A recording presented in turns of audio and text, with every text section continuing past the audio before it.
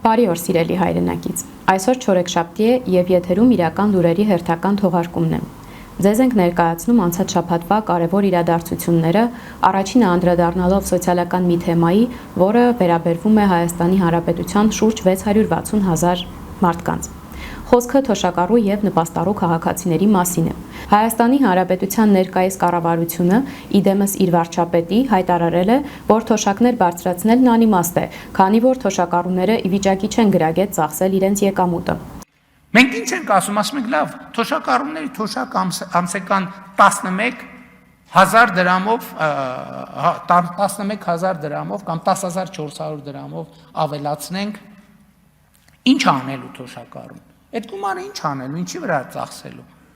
Մեր հետազոտությունը ցույց է տալիս, խոսքես դեպքում 65+ տարեկան թոշակառուների մասին է։ Մեր հետազոտությունը ցույց է տալիս, որ մարդկանց առաջնային ծախսը առողջապահությունն է։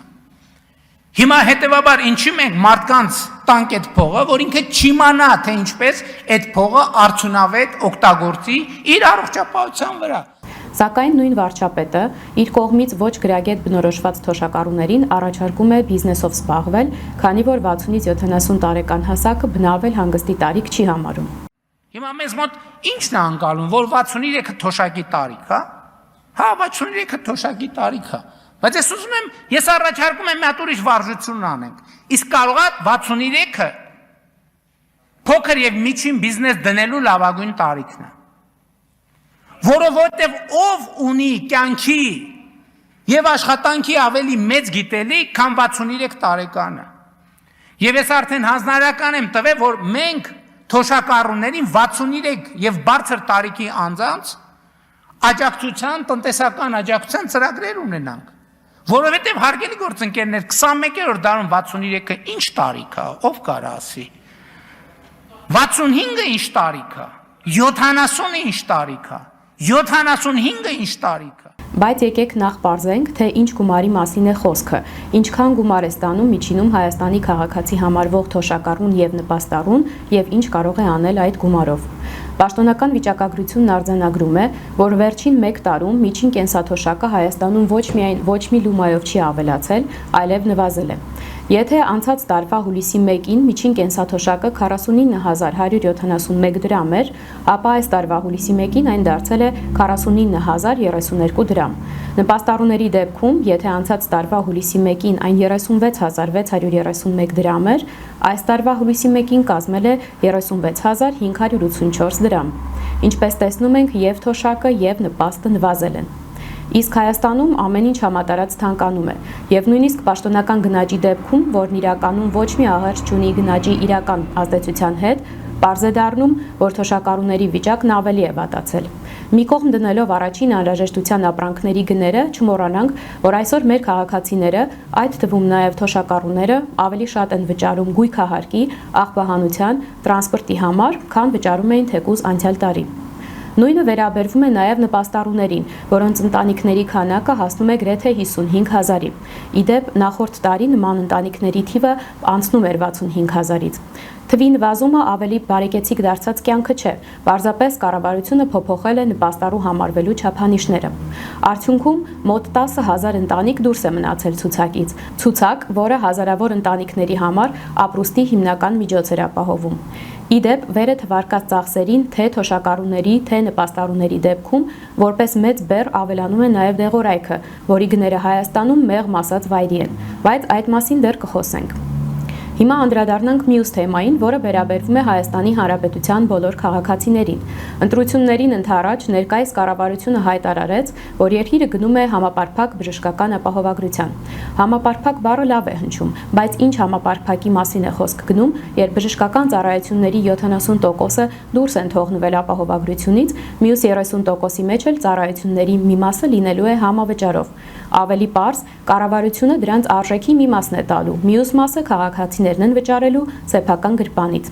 Այսինքն քիչ է, որ ապահովագրավճար է ստալու, մի բան է լրացուցիչ վճարելու են ապահովագրության շրջանակներում բժշկական օգնություն ստանալու համար։ Բայց սա խնդրի դեռ մի մասն է։ Կառավարությունը չի ասում, թե ինչ է լինելու այն քաղաքացիների հետ, ովքեր մինչև պարտադիր ապահովագրության ներդրումն էլ առողջության բավականին ընդգրկուն ապահովագրություն էին ստանում գործատուների կողմից։ Օրենքի ընդունումից ու կիրառության մեջ մտնելուց հետո ինչ է լինելու այդ քաղաքացիների հետ։ Միակ բանը, որ որոշվել է սպասվող ընտրություններից առաջ մարդկանց դժգոհությունները մեղմելու ակնկալիքով, ապահովագրավճարի մի մասը պատրաստվում են փոխանցել զինապահ հիմնադրամի հաշվին, այսինքն հիմնադրամի հատկացումները կկրճատեն, որպեսզի տան բժշկական ապահովագրությանը։ Կառավարությունը համարում է, որ զինապահն այլևս այդ գումարների կարիքը չունի։ Այս թեմայի ավելի ցավոտ հարցերը մաքսիմալ պարզեցնելու եւ հասկանալու համար հրավիրել ենք Հայաքվե նախաձեռնության անդամ Հրայր Կամենդատյանին։ Բարև ձեզ, պարոն Կամենդատյան։ Բարև ձեզ։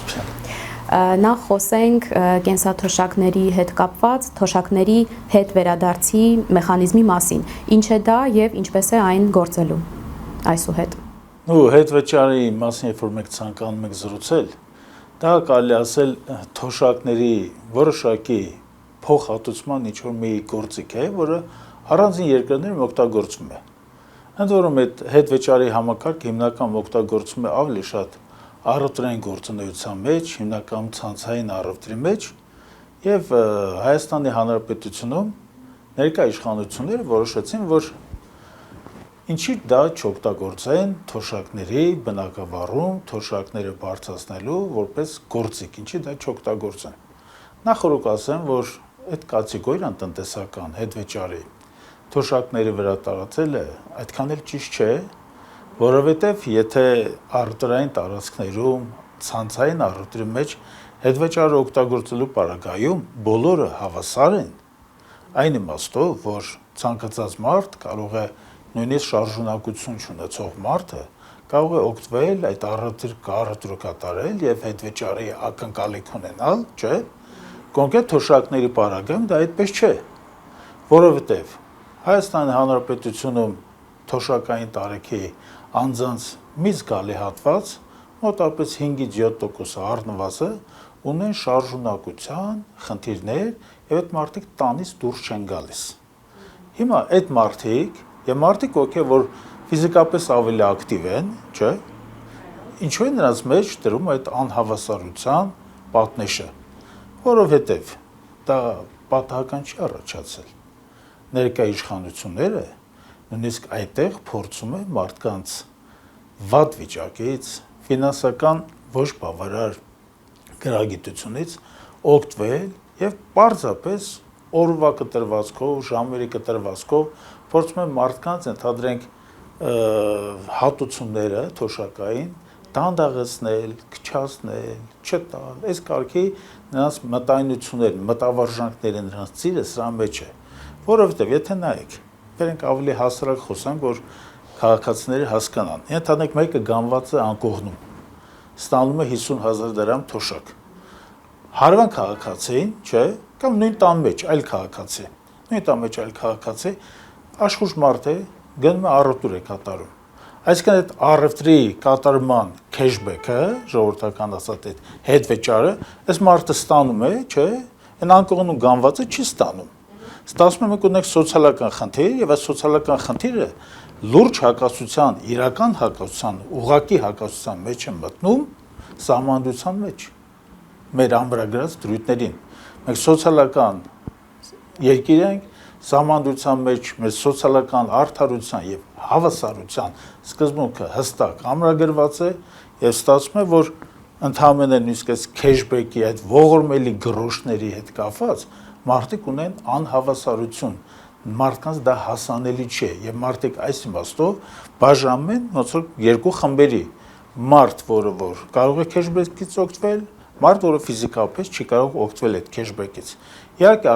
առանձին ճամարտակողներ իշխանության մեջից կարող են ասել, որ դե լավ թող քարտը տա, մեկը գնա մյուսին ընդհանրենք առևտրանի բերի այնտեղից իր քեշբեքը ձևավորի։ Պետք է չմոռանանք, որ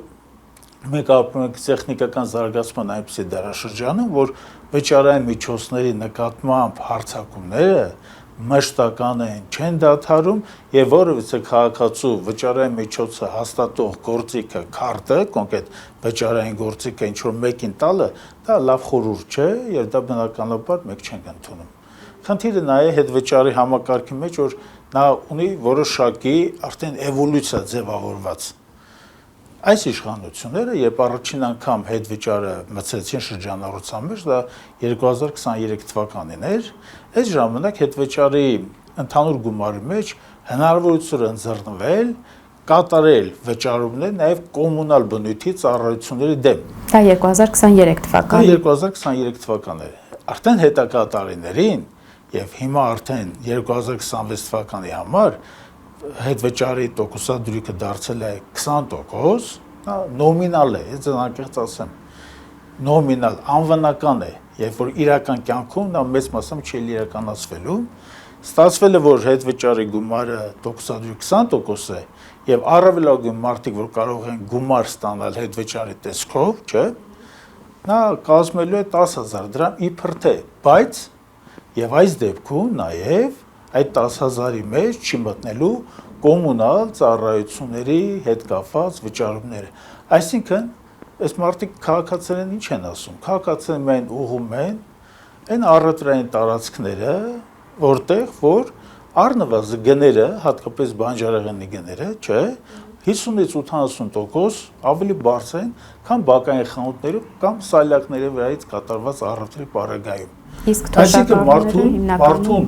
ուղղում են դեպի այդ կողմ, մարդուն թվում է թե գայթակղում են այդ 20% քեշբեքով, բայց իրականում քաղաքացին գնում է ստիպված առևտուր է կատարում այնտեղ, որտեղ նա կարող է առնվազն 60%, 80% շահ ունենալ, բայց այս պարագայում, այս գործիքով նա չի կարող օգտագործել իր այդ հնարավոր ֆինանսական շահը։ Այս է խնդիրը։ Շատ լավ։ Իսկ մենք գիտենք, որ մարդիկ, հատկապես թոշակառուները հիմնականում այդ բակային խանութներից են առևտուր անում, ձեր նշած պատճառներից ելնելով։ Այո։ Այս հետվճարի համակարգի մեջ դուք նշեցիք, որ չեն մտնում կոմունալ վճարները, վերջին շրջանում տեղի ունեցած տրանսպորտի գնի թանկացման հետ կապված տրանսպորտային վճարն էլ չի մտնում, չէ՞, որքան հասկանում ենք այդ հետվճարի համակարգի մեջ։ Այսինքն այն ինչի հետ ամեն օր բախվում են թոշակառուները, դրանց հիմնական մասը չի մտնում այդ հետվճարի համակարգի մեջ։ Խնդիրը գիտեք որտեղ է։ Ներկա իշխանության տնտեսական բլոկում անխելք մարդիկ չեն հավաքված, բայց հավաքված են խելացի մարդիկ, ովքեր հակաժողովրդական քաղաքականություն են ծրագրավորում եւ իրականացնում։ Խնդիրն նա է, որ այստեղ մենք ունենք խնդիր հետեւյալ կերպես քաղաքացիների բացատրեմ, թող քաղաքացիները հասկանան, չած բոլորը հասկանում են, մարդիկ ովքեր որ այդ 40-50 հազար դրամի շրջակայքում ծախսերը օպտիմալացնելու մասով կարծես թե ֆինանսական մեծ մենեջերներ են դարձել, որովհետև կոպեկները հաշվել, կոպեկներից օգտվել, այդ մարդիկ հստակ տիրապետում են ամբողջ խնդրին եւ հատկապես դրանք անդրադառնանք, երբ որ երկրի վարչախմբի ղեկավարը հայտարարում է, որ դրանք ֆինանսապես անգրագետ են, դրանք ընդհանրապես չեն կարող գումարը ծախսել, իրենց փողոտանք որ ինչ անենք, դրանք դեռևս կանդրադառնանք։ Խնդիրը գիտեք որն է, նրանք ուղղում են քաղաքացիներին դեպի առևտրային տարածքներ, որտեղ առևտրային տարածքների հետ կապված նախ հարկերը շատ բարձր են։ Ընդ որում տեղանում մի քանի մակարդակի հարկեր, հավաքում են մի քանի մակարդակի հարկեր, նույն առևտրային տարածքների հետ համագործակցող ենթադրենք գյուղատնտեսական կազմակերպությունները առանձին հարկ են տալիս։ Նրանց ապրանքը հասնում է այդ առևտրային տարածքների վաճառասեղաններին արդեն իսկ բարձրացած գնով։ Դրանց հետո առևտրային տարածքը ինքն է հարկերը ավելացնում, չէ՞։ Եվ այս ամեն ինչը բերում է այդ մակարդակներով հարկերի անդադ կուտակումը, դրա վերջին հաշվով դրա սպառող հանդիսանում է նույն այդ թոշակառուն։ Բայց պատկերացրեք, որ կոնկրետ կոմունալ վճարումների դեպքում դա չի կարող այդպես լինել, որովհետև կոմունալ վճարները որպես կանոն Հայաստան Հանրապետություն այդ բնական մենաշնորհները արդենից ձևավորված են եւ հերթական մակարդակային հարկա ավելացում, այսպես ասած սինթետիկ ավելացում այստեղ չկա։ Սա բավականին խորամանկ մտածված հաշվարկ է, խելացի է, ճիշտ են մտածել, բայց մտածել են հակաժողովրդական քաղաքականության առանցք ունենալով։ Այս ամբողջ խնդիրը։ Իսկ տրանսպորտի հետ կապված այդ 66-67 դրամ է տրանսպորտի նույն զեղչված քարտը, դա եւս չի մտնում դրա մեջ եւ պատկերացրեք բավականին հեշտ է կարգավորել այդ խնդիրը ընդհանրապես վճարային քարտերը Հայաստանի Հանրապետությունում այդ բանկերի տրված էմիսիա կատարած բանկերի կողմից տրված քարտերը կարող են հստակ կերպով տարածել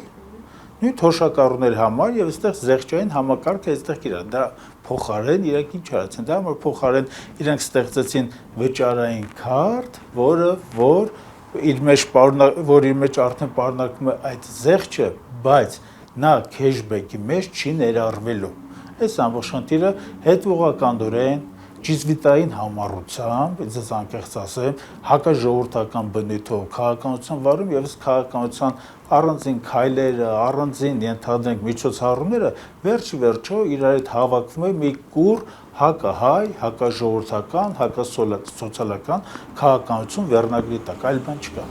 Շատ բարի, շնորհակալություն։ Հաջորդ հարցը, որին կուզեի անդրադառնանք, դա համապարփակ ապահովագրության համակարգն է, որի ծրագիրը հաստատվեց ազգային ժողովի կողմից դեկտեմբերի 4-ին, առաջին ընթերցմամբ։ Այս համակարգի հետ կապված բազմաթիվ հարցեր կան եւ տարբեր ասեկոսեներ են պատտվում դրա շուրջ։ Այդ ասեկոսեներից մեկը այն է, որ հիմնադրամը, որին պետք է հատկացումները գնան, դեռևս չկա։ Այս հարցի հետ կապված ինչ կարող եք ասեմ, ասեկոսներ չէ, դա փաստացի երևույթ է։ 2-3 օր առաջ ազգային ժողովում լսումներ են կազմակերպել եւ այս օրենքի նախագիծն են քննարկում, ում վստահեք դակելու են։ Անցնելու է, դակելու են, այստեղ մի քանի խնդիրներ կան։ Խնդիրներից առաջինը ես կառանձնացնեի ներկա ազգային ժողովի մասնագիտական ինտելեկտուալ իմաստով ամենացածր մակարդակը։ Եթե մենք տարիներ առաջ ունեինք մարդիկ, ովքեր ռազմաճակատում կռվել էին, զանազան հերոսություններով եւ զանազան այս սֆերային որոշումների արդյունքով հասել էին ազգային ժողով, չէ՞։ Մենք հիմա ունենք մի այլ պատկեր։ Մենք ունենք պատկեր, որ ընդհանրապես քայլելով ազգային ժողով հասած մարդիկ են հայտնվել, օրինաստեղծ ենթադրեն գործունեություն ծավալելուն։ Օրինաստեղծ գործունեությունը ենթադրում է առաջին հերթին մասնագիտական պատկերացում, հաջողված աշխատանքի փորձ, ենթադրենք մշտական համագործակցություն եւ միջազգային փորձի անկալում, ներառում, այս իմաստով։ Ես երեք նախորդ օրը նայում եմ այդ քննարկումները, այս քննարկումները ծաղրու ծանակ են։ Մասնագիտական քննարկում պարզապես չկա։ Ամբողջ խնդիրը նա է, որ մասնագիտական քննարկում այստեղ չկա։ Հիմա վերադառնանք այդ քննարկումներին, այդ հիմնադրամի հետ կապված խնդրին, փաստացի հիմնադրամը գոյություն չունի։ Հիմնադրամի չկա։ Պարզապես գոյություն չունի։ Նա ոչ միտեղ գրանցված չէ։ Առաջին, չգրանցված կառույց է։ Կառույցը ֆիզիկապես աշխատակիցներով համալրված չէ։ Աշխատակիցների շտատը, հաստիկները, հաստիկացուցակը չկա, դրանք որտեղ են լինելու, ինչով են զբաղվելու, նրանց աշխատակարգերի մասին ընդհանրապես ոչինչ չկա, նորմատիվ, պատկերացրեք, այստեղ մեծ ահռելի խնդիր է, եւ նորմատիվ եւ ենթանորմատիվ, տասնյակ ասեմ, երևի շատ, կարգավորումներ այստեղ պետք է լինեն, օրենսդրական կարգավորումներ պետք է լինեն եւ առողջապահության նախարարության կողմից եւ ազգային ժողովի համապատասխան հանձնաժողովի կողմից, այս ոչինչ չկա։ Հիմա այս մարդիկ բերել են, ինչ-որ տեքստ են քննարկում, չէ՞։ Այս տեքստը միջև իր բովանդակությանը հասնելը, այս տեքստի հետևում ֆիզիկական ներկայություն չկա։ Կա պարզապես մի կին, բավականին սպეციფიկ ձայնով, քննարկումները կատարում, ներկայացնում է եւ ես անկեղծ ասեմ, մասնագիտական բացակայությունը գիտելիքների հավասարապես վերաբերվում է եւ իշխանությանը եւ ընդդիմություն կոչեցալ այդ մարդկանց։ Այս մարդիկ, այդ երևույթները, այդ հարցերը խորությամբ ընկալելու, հասկանալու, իրենց դետալենք պատճառաբանությունները բերելու, իրենց հակաթեզերը բերելու համերը ոչինչ չունեն։ Չէ, փորձում են աղմուկներ անել, բայց այդ աղմուկը պարզապես գումարվում է այն աղմուկին, որը ներսում ստեղծում են այդ քայլելու ճանապարհով ազգային ժողով թափանցած անձնավորությունները։ Մեկ սա լուրջ խնդիր է, որտեղ սա առողջապահության հետ կապված խնդիր է, ընդ որում այս խնդրի երբ որ մարդիկ անդրադառնում են մասնագետները, տեսական մասնագետները նաև ոչ թե պարզապես ֆիզիկապես օպերացիաներ կատարող կամ վիրաբուժական ինչ-որ ներգործություն կատարող մարդիկ։ Այստեղ լուրջ խնդիրներից մեկը դա դեղերի խնդիրն է։ Կարծում եմ երևի տեղյակ եք, որ Հայաստանի Հանրապետությունում կան քրոնիկ հիվանդություններ,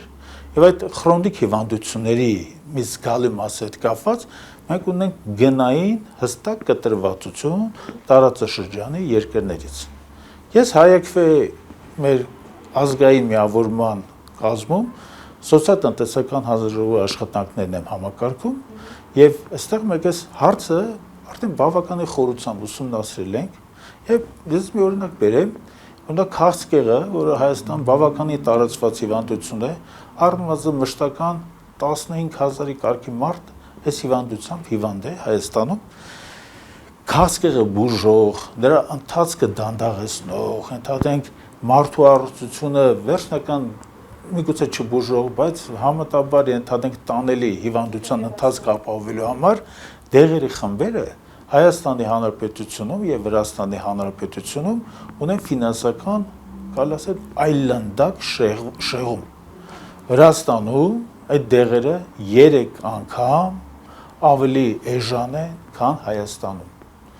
Փաստորեն ինչ է ստացվում։ Ստացվում է, որ ընդհանրենք նոյեմբերյանի կամ Բագրատաշենի գյուղացին, չէ, 100 մետր ոտքով զբոսնելով որ անցնի Վրաստան, առնվազն 3 անգամ ավելի էժան դեղերի երկրում է հայտնվելու։ Սա ինչի մասն է խոսում։ Սա խոսում է, որ այստեղ օրենսդրական կարգավորումները չկան, կամ էլ այստեղ կա հստակ խնդիր, որ այս հիմնադրամի ձևավորումով նա ջրերից դուրս չի գալու, բայց արդեն մասնագետները հասկանում են այստեղ ինչ է կատարվելու։ Եվ կատարվում է այստեղ, ես հստակ ասեմ, ձևավորվում է մի process, մի գործընթաց է ձևավորվում, որի արդյունքում մի հիմնադրամ է հայտնվում, մեր այդ հաստիկային ցուցակ չունեցող հիմնադրամը։ Սրանք հայտնվելու են եւ այստեղ մի կարևոր խնդիր կա, որ քաղաքացիները չգիտեն։ Հայաստանի Հանրապետության առողջապահության մոտ 82%-ը դա բուժման ընթացքներ են եւ 18%-ը կանխարգելիչ բնույթի այսպես միջոցառումներն են բժշկական։ Հայաստանում փաստորեն այդ բուժման process-ը բավականին մեծ է, դա ենթադրում է, որ դեղերի ավելի մեծ ծավալ, դեղերի ավելի մեծ օգտագործում։ Հիմա նույն այդ ապահովագրության հիմնադրամը, որ ձևավորվելու է, նա պարզապես անհայտությունից քաշտվեցին, բերեցին, ստեղծեցին։ Այստեղ նրանք ինչով են զբաղվելու։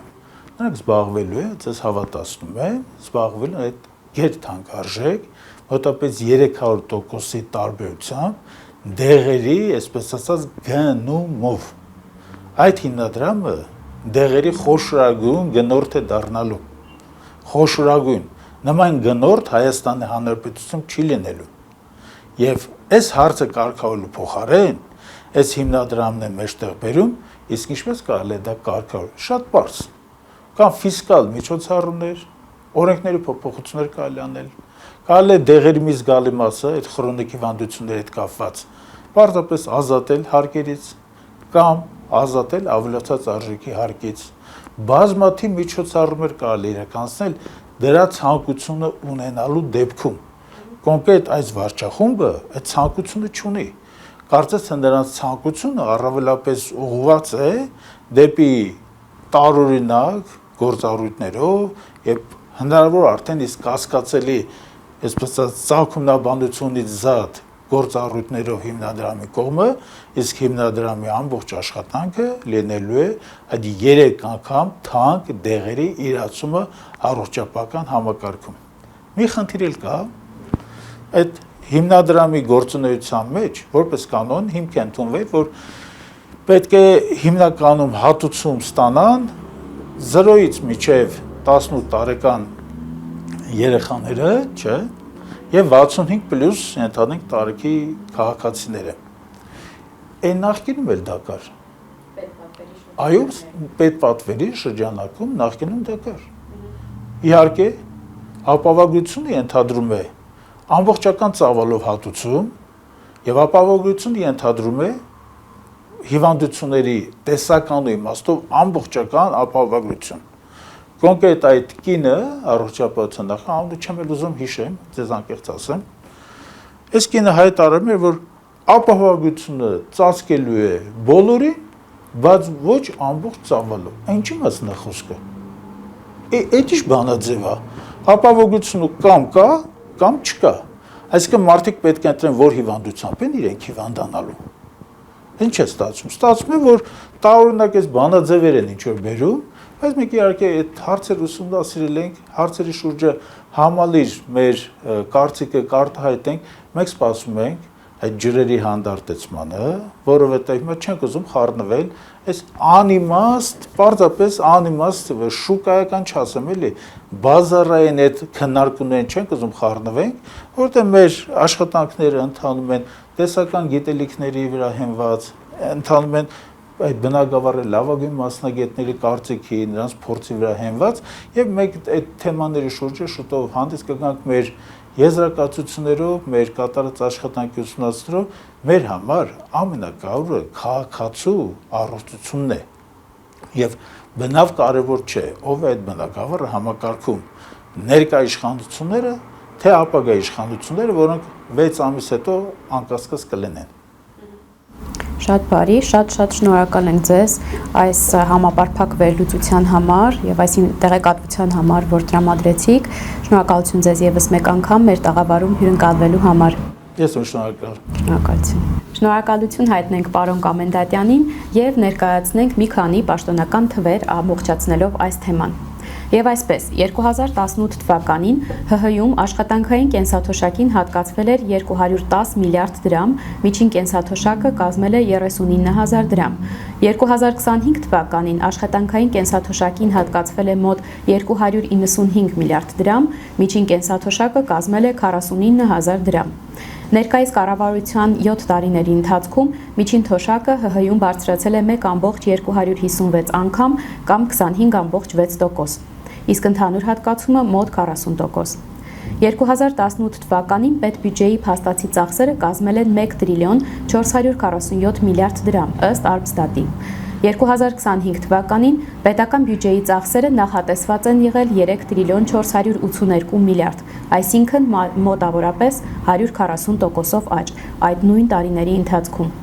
Ահա այն ամենը, ինչ պետք է իմանալ այսօրվա կառավարության մասին, եւ սրանով հանդերձ կառավարությունը հավակնում է եկող տարի եւս ստանալ քաղաքացու քվեն։